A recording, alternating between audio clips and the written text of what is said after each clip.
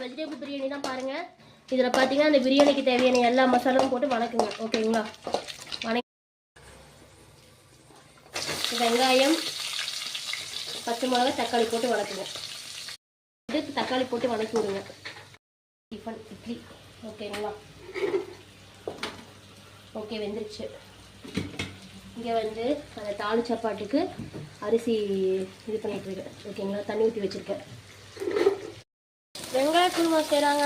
வெங்காயம், தக்காளி, கொத்தவரங்காய் இதெல்லாம் போட்டு கடுகு போட்டு நல்லா வணக்கிக்கோங்க ஃப்ரெண்ட்ஸ்.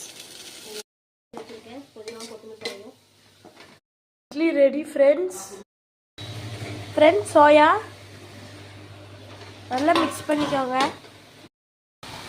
வெள்ளை பட்டாணி போட்டு நல்லா வணக்கி கொடுங்க ஃப்ரெண்ட்ஸ்.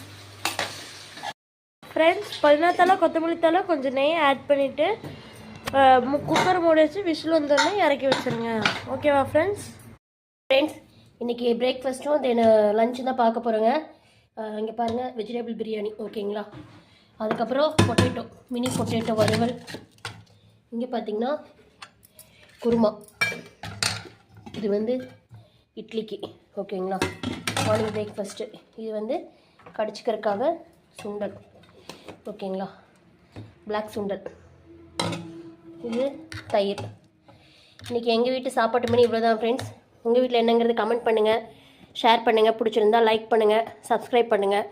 ஓகே ஃப்ரெண்ட்ஸ், உங்கள் வீட்டில் என்னங்கிறது சொல்லுங்கள் ஃப்ரெண்ட்ஸ்.